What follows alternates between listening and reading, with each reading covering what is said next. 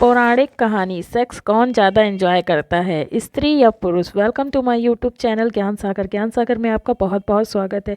ज्ञान सागर चैनल को सब्सक्राइब करने के लिए ज्ञान सागर 602 पे सब्सक्राइब करें। इस चैनल पे सिर्फ पौराणिक आध्यात्मिक कहानियाँ ही आपके सामने प्रस्तुत होंगी। तो आइए जानते हैं इसके बारे में। यह एक काफ़ी पुरानी बहस है कि संभोग के वक्त स्त्री और पुरुष में से कौन ज़्यादा आनंद उठाता है। इस बारे में सब के अलग अलग मत हो सकते हैं। हिंदुओं के प्रसिद्ध धर्म ग्रंथ महाभारत और ग्रीक यूनान के धर्म ग्रंथ में इस प्रश्न का जवाब देती दो कथाएं हैं और आश्चर्यजनक रूप से दोनों पौराणिक कथाओं का निष्कर्ष एक ही है। आज इस लेख में हम आपको वो दोनों कथाएं बताएंगे। जब युधिष्ठिर ने पितामह भीष्म से किया यह प्रश्न। एक बार युधिष्ठिर अपने पितामह भीष्म के पास गए और बोले, हे तात श्री, क्या आप मेरी एक दुविधा सुलझाएंगे? क्या आप मुझे सच सच बताएंगे कि स्त्री या पुरुष दोनों में से वो कौन है जो संभोग के समय ज़्यादा आनंद का प्राप्त करती है? भीष्म बोले, इस संबंध में तुम्हें भगस्वाना और सकरा की कथा सुनाता हूँ, जिससे तुम्हारा सवाल या जवाब छुपा है। भगस्वाना और सकरा की कथा। बहुत समय पहले भगस्वाना नाम का एक राजा रहता था। वह न्यायप्रिय और बहुत यशस्वी था, लेकिन उसके कोई पुत्र नहीं था। एक बालक की इच्छा से उस राजा ने एक अनुष्ठान किया जिसका नाम था अग्निष्ठुता। क्योंकि उस हवन में केवल अग्नि भगवान का आदर हुआ था, इसलिए देवराज इंद्र काफ़ी क्रोधित हो गए। इंद्र अपने गुस्से को निकालने के लिए एक मौका ढूंढने लगे ताकि राजा भगस्वाना से कोई गलती और वह उसे दंड के दे सकें। पर भगस्वाना इतना अच्छा राजा था कि इंद्र को कोई मौका नहीं मिल रहा था, जिस कारण से इंद्र का गुस्सा और बढ़ता जा रहा था। एक दिन राजा शिकार पर निकला। इंद्र ने सोचा यह समय है और अपने अपमान का बदला लेने का, और इंद्र ने राजा को सम्मोहित कर लिया। राजा भगस्वा जंगल में इधर उधर भटकने लगा। अपनी सम्मोहित हालत में वह सुध खो बैठा। न उसे दिशाएं समझ आ रही थी और न ही अपने सैनिक दिख रहे थे। भूख प्यास ने उसे और व्याकुल कर दिया था। अचानक उसे एक छोटी सी नदी दिखाई दी थी जो किसी जादू सी सुंदर लग रही थी। राजा उस नदी की तरफ बढ़ा और पहले उसने अपने घोड़े को पानी पिलाया और खुद पिया।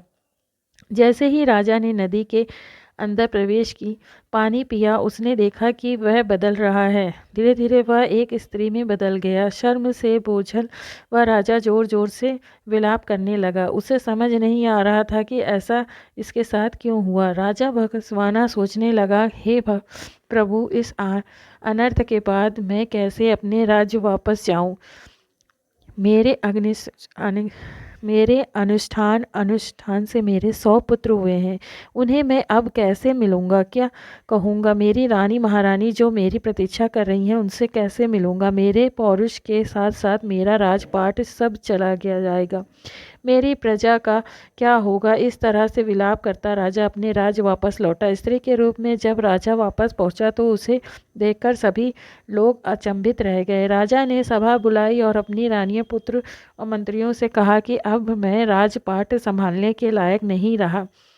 तुम सभी लोग सुख से यहाँ रहो और मैं जंगल में जाकर अपना बाकी जीवन बिताऊंगा। ऐसा कहकर वह राजा जंगल की तरफ प्रस्थान कर गया। वहाँ जाकर वह स्त्री रूप में एक तपस्वी के आश्रम में रहने लगी, जिसने उसके कई पुत्रों को जन्म दिया। अपने उन पुत्रों को वह अपने पुराने राज्य में ले गई और अपने पुराने बच्चों से बोली, तुम मेरे पुत्र हो। जब मैं एक पुरुष था, ये पुत्र हैं। जब मैं एक स्त्री हूँ, ये मेरे राज्य को मिलकर भाइयों की तरह संभालो। सभी भाई मिलकर रहने लगे। सबको सुख से जीवन व्यतीत करता देख देवराज इंद्र और ज़्यादा क्रोधित हो जाए और उनसे बदला लेने के लिए भगवान के फिर जागान के इंद्र सोचने लगा कि ऐसा लगता है कि राजा को स्त्री में बदल कर मैंने उसके साथ बुरे की जगह अच्छा ही कर दिया। ऐसा कह कर इंद्र ने एक ब्राह्मण का रूप धारण और पहुंच गया राजा भगस्वाना के राज्य में। वहाँ जाकर उसने सभी राजकुमारों के कान भरने शुरू कर दिए। इंद्र ने भड़काने की वजह से सभी भाई आपस में लड़ पड़े और एक दूसरे को मार डाला। जैसे ही बकसवाना को इस बात का पता चला, वह शोक हो गया। ब्राह्मण के रूप में इंद्र राजा के पास पहुंचा और पूछा कि वह क्यों रो रहा है। बकसवाना ने रोते रोते पूरी घटना इंद्र को बताई। इंद्र ने अपना असली रूप दिखाकर राजा को उनकी गलती के बारे में बताया। इंद्र ने कहा, क्योंकि तुमने सिर्फ अग्नि को पूजा और मेरा अनादर किया, इसलिए मैंने तुम्हारे साथ यह खेल रचा। यह सुनते ही बकसवाना इंद्र के पैरों में गिर गया और अपने अनजाने में किया गया अपराध के लिए क्षमा मांगी। राजा की ऐसी दयनीय दशा देखकर इंद्र को दया आ गई। इंद्र ने राजा को माफ करते हुए अपने पुत्रों को जीवित करवाने का वरदान दिया। इंद्र बोले, हे स्त्री रूपी राजन, अपने बच्चों में से किन्हीं एक को जीवित कर लो। बकसवाना ने इंद्र से कहा, अगर ऐसी ही बात है तो मेरे उन पुत्रों को जीवित कर दो जिन्हें मैंने स्त्री की तरह पैदा किया है।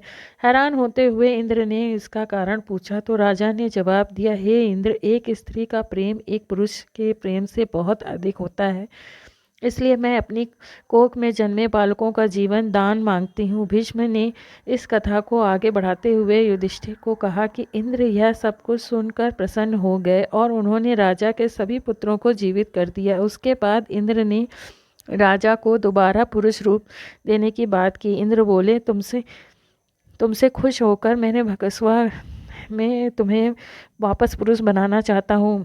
राजा ने साफ मना कर दिया। स्त्री रूपी बकसवाना बोले, हे देवराज इंद्र, मैं स्त्री रूप से ही खुश हूँ और स्त्री ही रहना चाहता हूँ। यह सुनकर इंद्र उत्सुक हो गए और पूछ बैठे कि ऐसा क्यों राजन, क्या तुम वापस पुरुष बनकर अपना राजपाट नहीं संभालना चाहते? बकसवाना बोला, क्योंकि संभोग के समय स्त्री को पुरुष से कई गुना ज़्यादा आनंद, तृप्ति और सुख मिलता है, इसलिए मैं स्त्री की ही रहना चाहता हूँ। इंद्र ने तथास्तु कहा और वहाँ से प्रस्थान किया। भीष्म बोले, हे युधिष्ठिर, यह बात स्पष्ट है कि स्त्री को संभोग में के समय पुरुष से ज़्यादा सुख मिलता है। ग्रीक मैथोलॉजी तीसरेयास की कहानी। तीरेसेआस का नाम का राजा अपने युवा दिनों के रात जंगल शिकार करने गया। वहां उसने 2 सांपों को संभोग करते हुए लिपटते हुए देखा। तीसरे को ना जाने क्या सूझा, उसने अपने सिपाहियों की मदद से उन विशाल सांपों को अलग करवा दिया। ऐसा करवाते ही उसे श्राप मिला कि उसने पौरुष चला जाएगा और वह एक महिला के तब्दील हो गया। उन सांपों का क्या हुआ इस बारे में कुछ पता नहीं है। कई साल बाद तीरेसियास अपने स्त्री रूप में दोबारा उसी जंगल में गुजरा। अपनी नफरत के चलते उसने अपने सिपाहियों की मदद से दोबारा एक सांप के जोड़े को अलग कर दिया। इस बार ऐसा करते ही वह पुरुष बन गया। अब वह अपनी तरह का एक अकेला व्यक्ति था जिसने स्त्री और पुरुष दोनों का जीवन जिया था। उसी समय ग्रीक भगवान ज्यूस उनकी पत्नी हीरा में विवाद चल रहा था कि सेक्स कौन ज़्यादा एंजॉय करता है, स्त्री या पुरुष। उन्होंने त्रियास को बुलाया भेजा। त्रियास ने जियस और हीरा के सवाल का एकदम सीधा और सटीक जवाब दिया। महिलाएं पुरुष से 9 गुना ज़्यादा सेक्स का आनंद उठाती हैं।